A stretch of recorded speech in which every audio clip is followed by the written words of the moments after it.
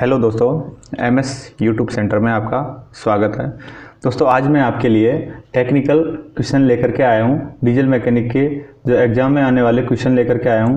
दोस्तों बड़े interesting question हैं, तो इंटरेस्टिंग क्वेश्चन लेकर के आया हूँ जो डीजल मैकेनिक की यदि आपने डीपली पढ़ा होगा तो ही आप क्वेश्चनों को कर पाएंगे, अन्यथा आप नहीं कर पाएंगे। तो दोस्तों आज मैं आपको एग्जाम में आने वाले क्वेश्चनों को मैं हल करवाने जा रहा हूँ दोस्तों, और ध्यान से देखिए दोस्तों। और ये क्वेश्चन लगभग रिपीट होते रहते हैं और बहुत ही अच्छे क्वेश्चन हैं जो कंपटीशन में आने वाले क्वेश्चन हैं।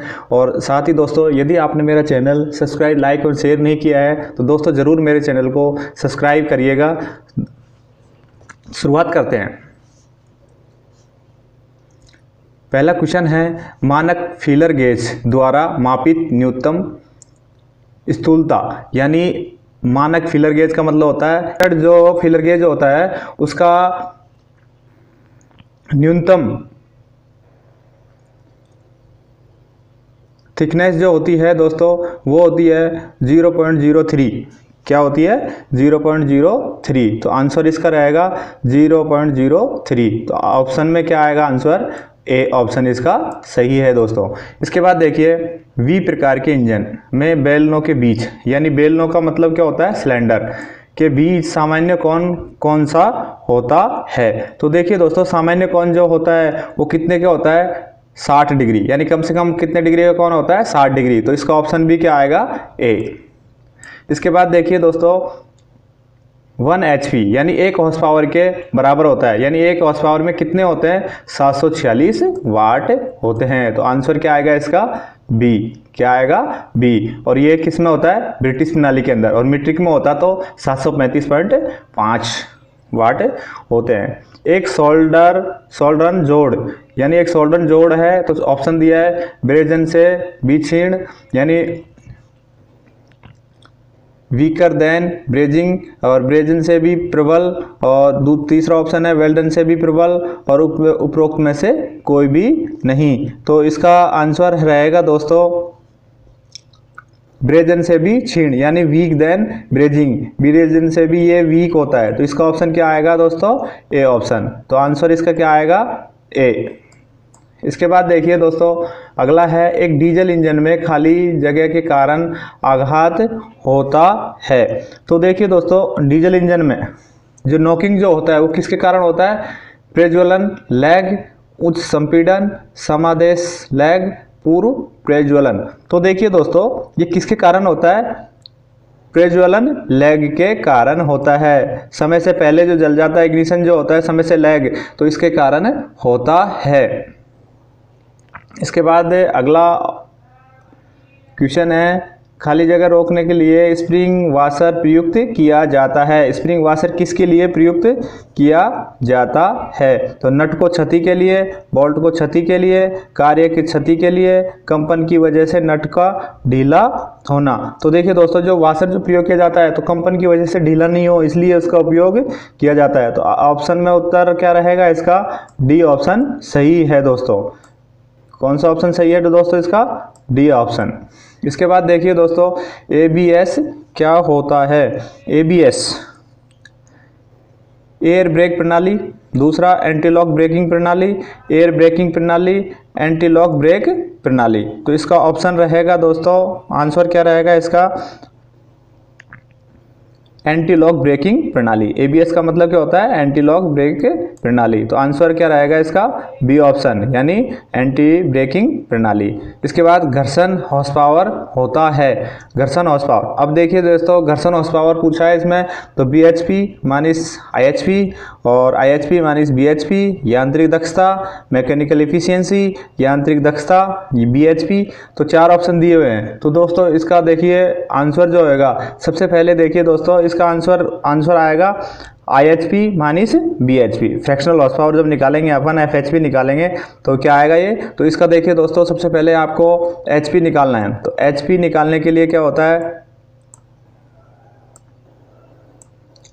देखिए दोस्तों, पहले IHP निकालते हैं। IHP का फॉर्मूला जो होता है ये क्या होता है? IHP बराबर क्या होता है? BHP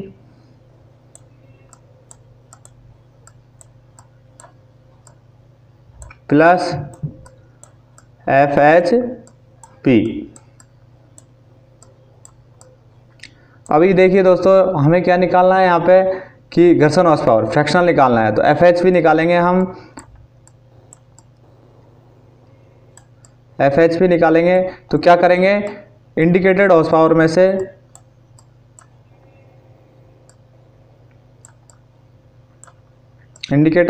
में से BHP को घटा देंगे। तो क्या आया, IHP माइनस BHP। तो इसका आंसर क्या रहेगा, बी ऑप्शन सही है दोस्तों। इसके बाद नेक्स्ट क्वेश्चन,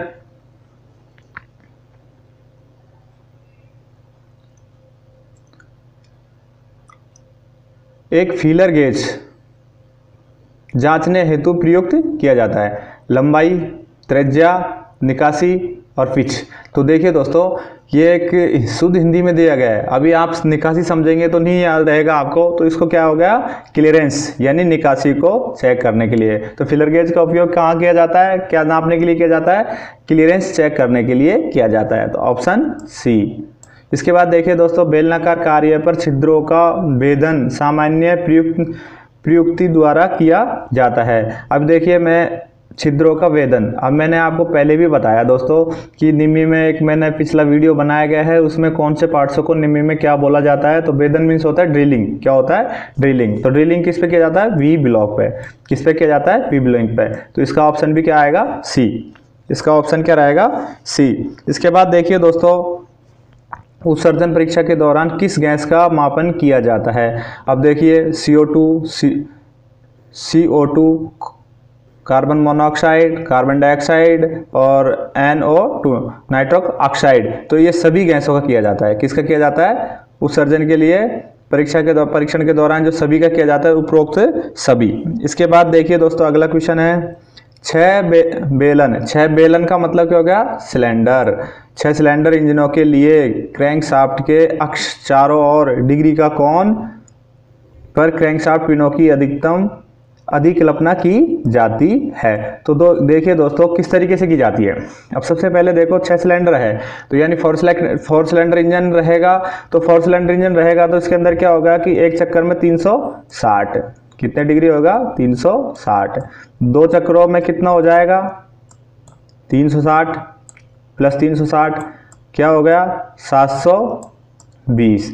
720 कितने सिलेंडर का है ये, 6 का। तो कितना आ गया दोस्तों, 120 डिग्री। तो क्या आएगा इसका आंसर, 120 डिग्री।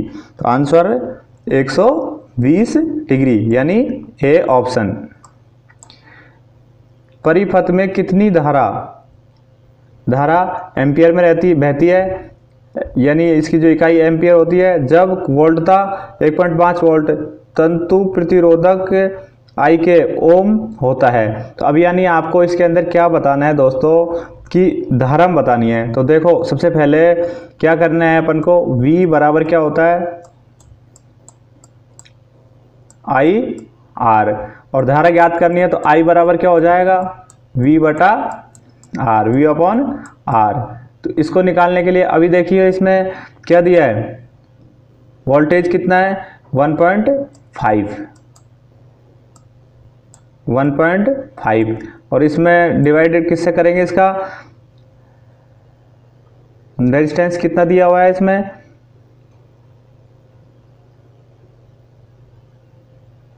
1। कितना दिया है, 1। तो इसलिए 1 दिया हुआ है इसके अंदर। तो इसमें 1 का भाग देंगे तो क्या आ जाएगा, इतना ही आ जाएगा, 1.5 ही आएगा। तो 1.5 सभी में दिया हुआ है। अब इसकी इकाई देखनी है आपको। तो इसमें देखिए मेगा ओम, ये आ जाएगा बी ऑप्शन। क्या आएगा, बी ऑप्शन। तो आंसर क्या रहेगा इसका, बी ऑप्शन। इसके बाद नेक्स्ट देखिए, एक प्रतिरूपी माध्यम गति 4 स्ट्रोक साइकिल डीजल इंजन में इनलेट वाल्व खाली जगह, इनलेट वाल्व जो है खाली जगह। तो इसके अंदर ये देखना है कि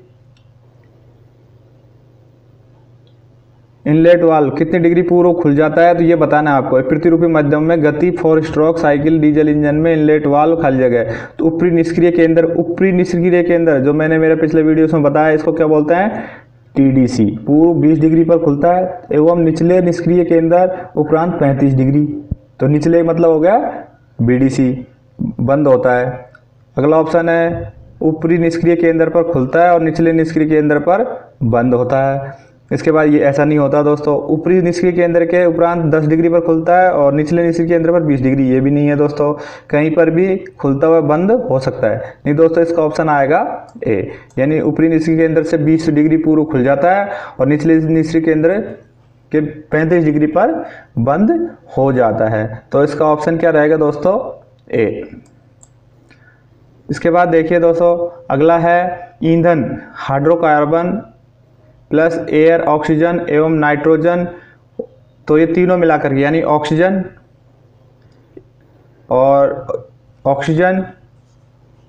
हाइड्रोजन जल और नाइट्रोजन दहन प्रक्रिया होती है। तो ये तीनों जब मिल जाती है तो दहन प्रक्रिया क्या होती है? तो देखिए इसका दोस्तों, इसका है परिपूर्ण होती है, यानी तीनों रहेंगे तो क्या हो गया? परिपूर्ण होती है। तो ऑप्शन इसका क्या आएगा? ए।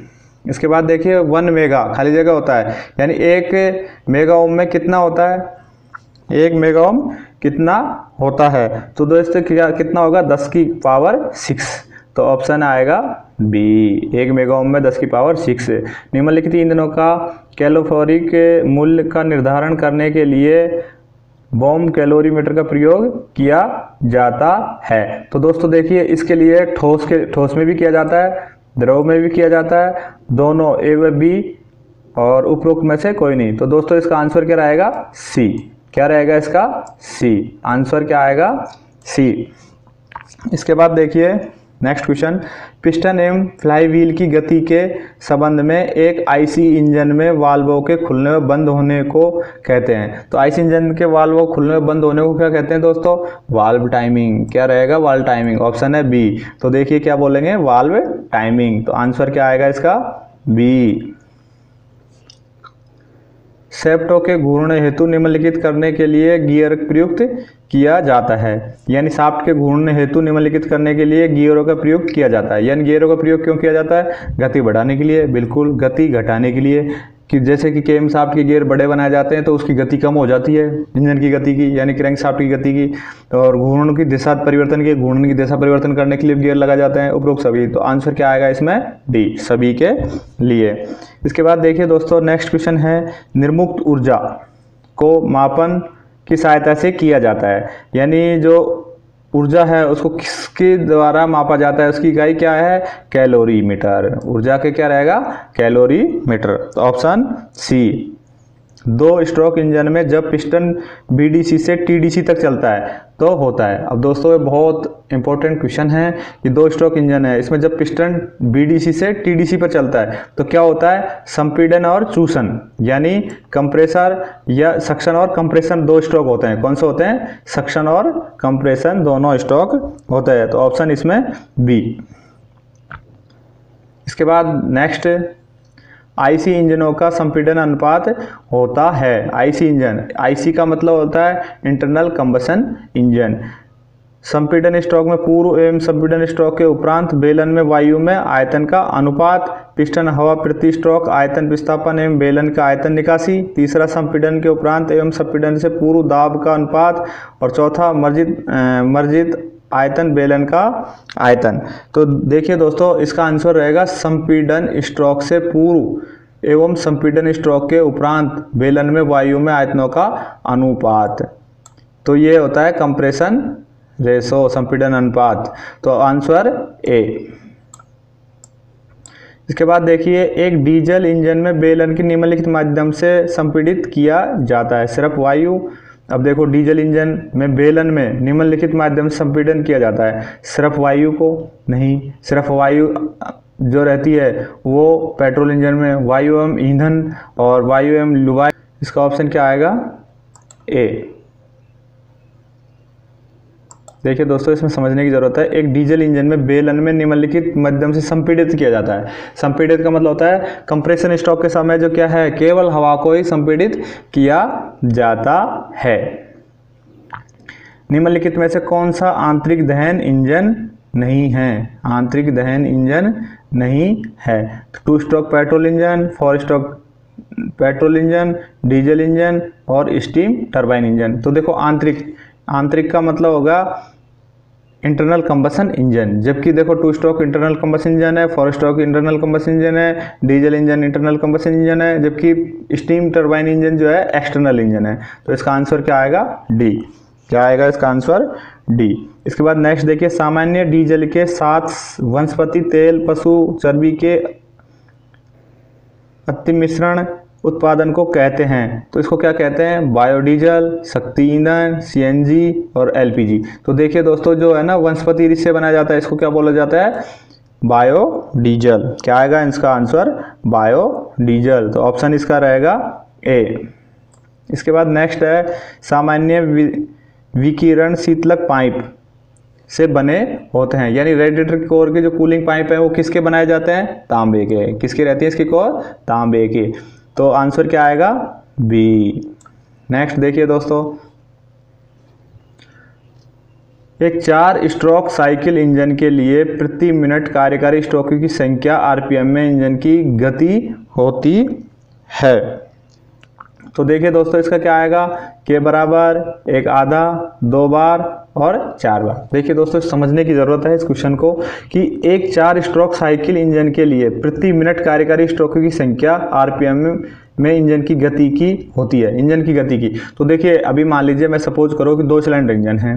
कितना है? 2 सिलेंडर। तो वो 2 सिलेंडर है, तो एक चक्कर के अंदर जब एक चक्कर वो घूमेगा तो उसके बाद में देखिए इसके अंदर क्या होगा? एक चक्कर के अंदर है तो वो एक सक्शन और कंप्रेसर करेगा यदि 2 स्ट्रोक है, तो दूसरे में क्या होगा? पावर और एग्जॉस्ट है ना, एक बार होगा दोनों के अंदर भी। तो इसमें आधी हो रहेगी। क्या रहेगी इसमें? एक आधा। क्या आ जाएगा? आधा। तो देखिए दोस्तों, मान लीजिए अभी ये जो है क्रैंकशाफ्ट, इस तरीके से है क्रैंकशाफ्ट।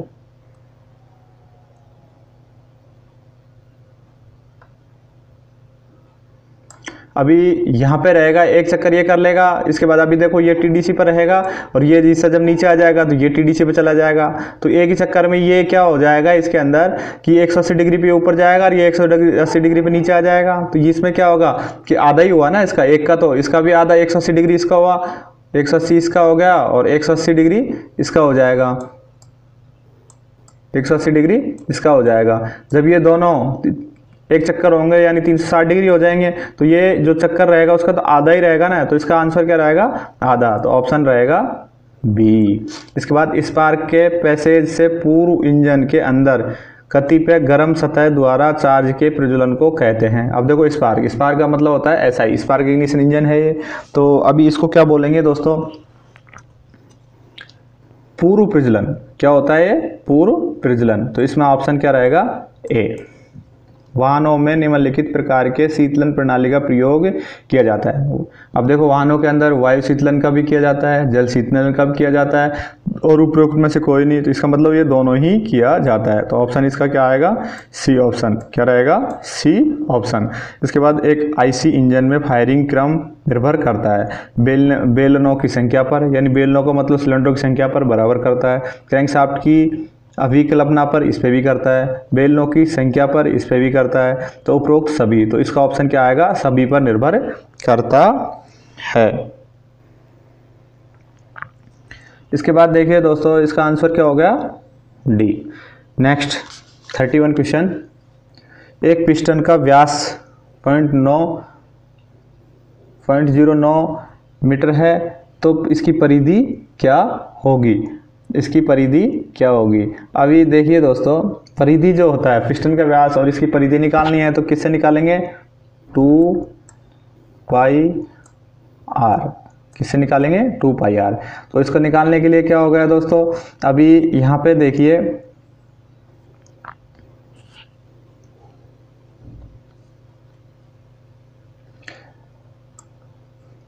पाई का मान कितना हो गया? 3.14 और त्रिज्या कितनी हो गई यहाँ पे? अभी देखिए मीटर में है, इसको मीटर को हमें किस में बनाना होगा? नहीं, इसको बदलने की ज़रूरत नहीं है हमें, क्योंकि सभी मीटर में दे रखा है इसमें, लेकिन इसको बदलना है हमें सेंटीमीटर में, है ना। तो इसके ऑप्शन क्या रहेगा? इसके अंदर सेंटीमीटर बदलने के लिए क्या करेंगे हम? इसको क्या आ जाएगा? 100 से मल्टीप्लाई कर देंगे तो कितना आएगा 9। तो इसका क्या हो जाएगा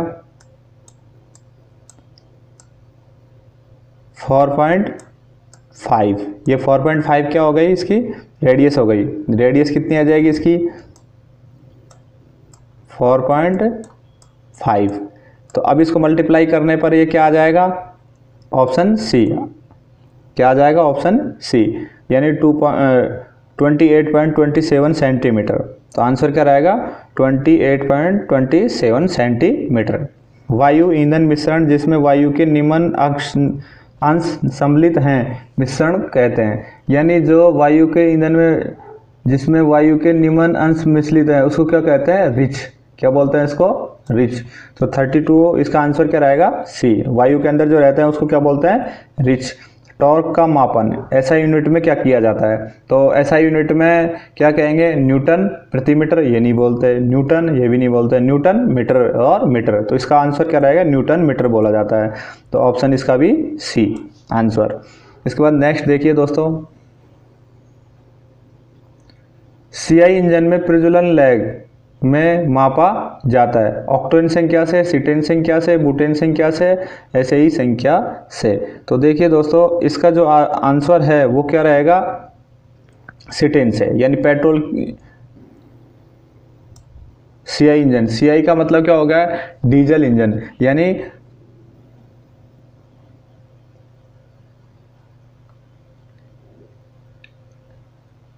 इंटरनल कंबशन इंजन। तो इंटरनल कंबशन इंजन जो है डीजल इंजन होते हैं, तो इंटरनल कंबशन इंजन तो सीटेन संख्या से इसको मापा जाता है। और यदि ये ही पेट्रोल इंजन होता तो किससे आता ऑक्टेन से आता। किसका होता ऑक्टेन से। इसके बाद मापने के लिए गहराई माइक्रोमीटर प्रयुक्त किया जाता है। गहराई मापने के लिए जो माइक्रोमीटर का प्रयोग किया जाता है छिद्रों की गहराई नापने के लिए इसमें भी किया जाता है। खांचे एवं रिसेसों को गहराई के लिए इसमें भी किया जाता है। संघ एवं प्रक्षेपों की ऊंचाई ये भी इसमें भी किया जाता है। तो दोस्तों उपरोक्त सभी, तो इसका आंसर क्या आएगा उपरोक्त सभी। क्या आएगा उपरोक्त सभी। इसके बाद नेक्स्ट देखिए, वायुमंडल में पेट्रोल वाष्प के पलायन को बचाने के लिए ईंधन प्रणाली में उपलब्ध कराया गया है उत्प्रेरक परावर्तक, पीसीवी, उष्मा स्टेट और कैनिस्टर। तो इसमें क्या कराया गया है कैनिस्टर उपलब्ध कराया गया है। तो ऑप्शन क्या आएगा इसका अंदर डी। जब एक नट के नीचे वाशर स्थापित करने के द्वारा उसे कसा जाता है तब वोल्ट की स्थिति हो जाती है तनन प्रतिबल, संपीड़न प्रतिबल, शियर प्रतिबल। तो इसमें क्या हो जाती है तनन प्रतिबल। क्या हो जाती है तनन प्रतिबल हो जाती है, इसीलिए वाशर लगाया जाता है इसके साथ में तनन प्रतिबल। तो ऑप्शन क्या आएगा इसका ए। इसके बाद देखिए, 4 स्ट्रोक इंजन के मामले में कार्यकारी साइकिल क्रैंकशाफ्ट के निम्नलिखित गुणों की में पूर्ण होता है। तो ऑप्शन देखिए इसका हाफ, 1, 2 और 4। तो इसका आंसर क्या रहेगा 2, यानी सी ऑप्शन। 4 स्ट्रोक इंजन के मामले में कार्यकारी साइकिल क्रैंकशाफ्ट के निम्नलिखित गुणों में पूर्ण होता है, यानी 2 चक्रों में पूर्ण होता है। तो ऑप्शन क्या आएगा सी। ब्रेक हॉर्स पावर होता है, ब्रेक हॉर्स पावर होता है bhp। तो देखिए, बेलन के अंदर उत्पादित घर्षण के कारण नष्ट, फ्लाई व्हील उपलब्ध और अति उष्णता के कारण नष्ट, अति उष्णता के कारण नष्ट। तो देखिए दोस्तों इसका आंसर क्या रहेगा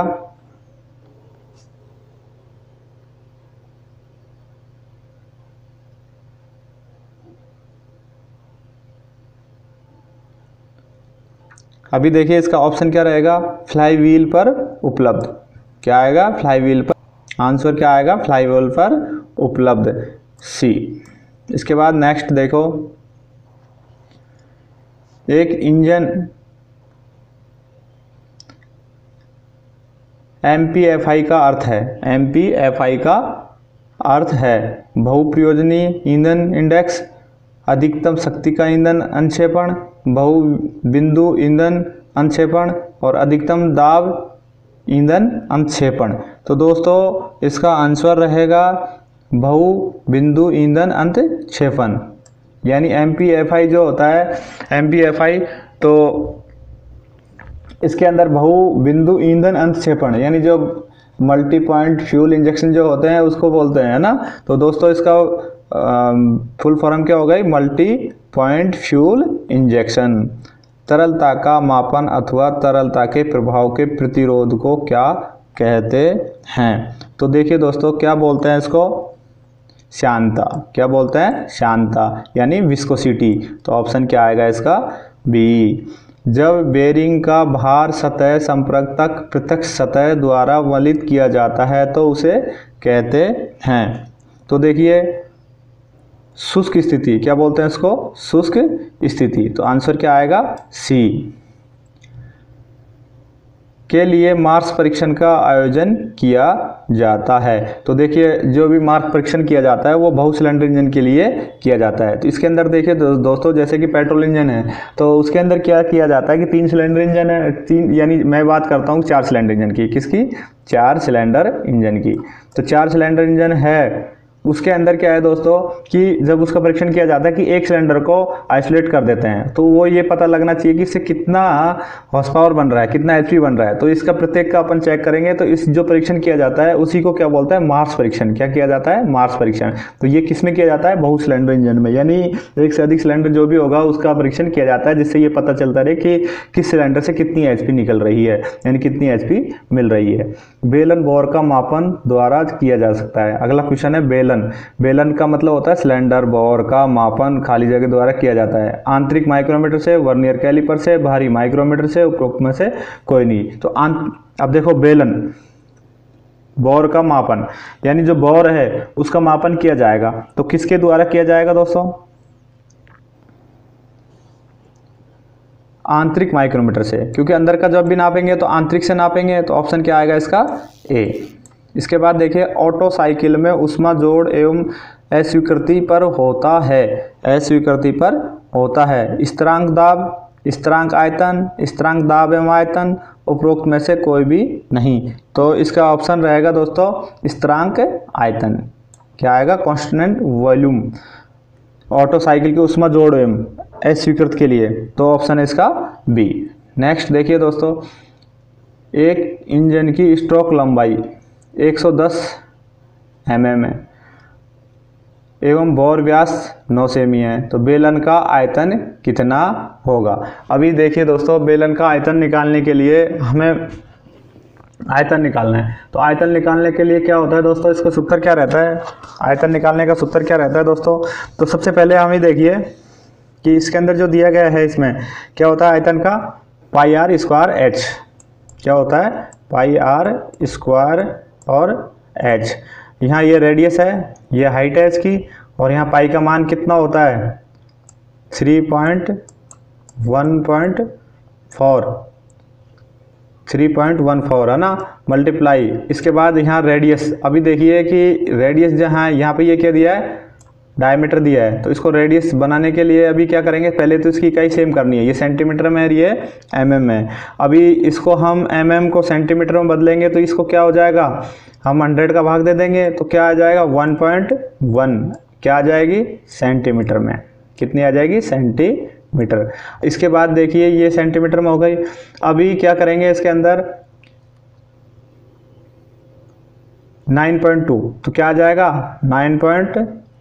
रेडियस बनाए, रेडियस दिया हुआ है उसमें, तो अभी अपन को रेडियस नहीं व्यास दिया हुआ है तो रेडियस बनाने के लिए क्या 2 का भाग दे देंगे तो हाफ हो जाएगी। इसके बाद स्क्वायर है ना, तो ये हो गया। इसके हाइट कितनी है इसके अंदर 1.1, कितनी है 1.20, ये निकालेंगे तो क्या आ जाएगा 6.9978 cc।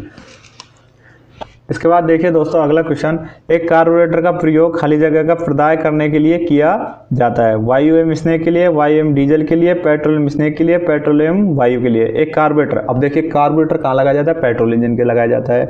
तो अब पेट्रोल इंजन के अंदर लगाया जाता है तो इसमें दोनों का मिश्रण होता है, वायु का और पेट्रोल का, वायु का और पेट्रोल का। तो देखिए इसमें कहीं दिख रहा है कि पेट्रोल और वायु का मिश्रण, तो ऑप्शन क्या आएगा इसमें डी।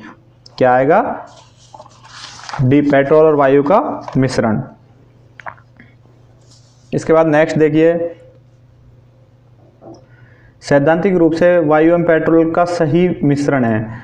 यानी कंप्रेशन रेशो जो होता है वो कितना होता है 15:1। क्या आएगा 15:1। तो आंसर रहेगा इसका 15:1। इसके बाद नेक्स्ट क्वेश्चन देखिए, शुष्क एवं कलेद परीक्षण का प्रयोग के लिए किया जाता है। तो ऑप्शन क्या आएगा इसका, संपीड़न दाब मापने के लिए, फ्लाईव्हील गति मापने के लिए, फ्लाईव्हील आउटपुट नापने के लिए, इनमें शक्ति नापने के लिए, इनपुट शक्ति नापने के लिए। तो देखो शुष्क एवं कलेद परीक्षण के लिए ड्राई और वेट जो होता है, कलेद का मतलब होता है वेट। अभी ये निम्न में दिया गया है दोस्तों, तो जरूरी है इसमें याद रखने के लिए, नहीं अन्यथा आपको याद नहीं कर पाएंगे क्वेश्चन। तो इसके लिए संपीड़न दाब मापने के लिए, तो इसका ऑप्शन क्या आएगा ए, संपीड़न दाब मापने के लिए। तो आंसर ए आएगा दोस्तों इसका। इसके बाद 6 बेलन इंजन का फायरिंग क्रम होता है। तो देखिए 6 का कितना होता है 1 5 3 6 2 4। तो ऑप्शन में देखिए यह आएगा, पहला ही ऑप्शन इसका सही है दोस्तों। तो इसमें ए ऑप्शन आंसर इसका। तो क्या आएगा इसका ए ऑप्शन, यानी 1 5 3 6 2 4 फायरिंग ऑर्डर। अब देखो क्रम के हिसाब से फायरिंग होना यानी फायरिंग ऑर्डर हो जाता कहलाता है, जिससे कि क्रैंकशाफ्ट को झटका नहीं लगे और बैलेंसिंग भी रहे उसका, इसीलिए फायरिंग के हिसाब से उस पर फायरिंग कराई जाती है, यानी पावर स्ट्रोक के समय। सीआई इंजन में वाल्व व्यवस्था का तरीका है। सीआई इंजन, सीआई का मतलब होता है इंटरनल कंबशन इंजन। तो वाल्वों का जो तरीका होता है वो किस तरीके से होता है वो देखिए दोस्तों। इसके अंदर ऑप्शन आएगा, देखो आई शीर्षक इंजन इसमें भी होता है, टी शीर्षक इंजन इसमें भी होता है, एस शीर्षक इंजन में भी होता है। इसका मतलब ये ऑप्शन डी सही है इसका, यानी सभी आएगा। तो ऑप्शन डी बिल्कुल सही है। दहन प्रक्रिया में स्थिति पर पेट्रोल इंजन में अधिस्फोटन होता है, अधिस्फोटन होता है। अभी देखो अधिस्फोटन का मतलब होता है डेटोनेशन, ठीक है दोस्तों। अभी इसके अंदर क्या होता है, किस तरीके से होता है, अंत में, आरंभ में, स्पूलिंग के समय, उपरोक्त में से कोई नहीं। तो देखिए दोस्तों ये जो है अंत में होता है। कब होता है, दहन प्रक्रिया में स्थिति पर पेट्रोल इंजन में अधिस्फोटन कब होता है, अंत में होता है। निम्नलिखित में से कौन सा सदिश नहीं है। अब देखो सदिश और अदिश दो राशियां होती हैं दोस्तों।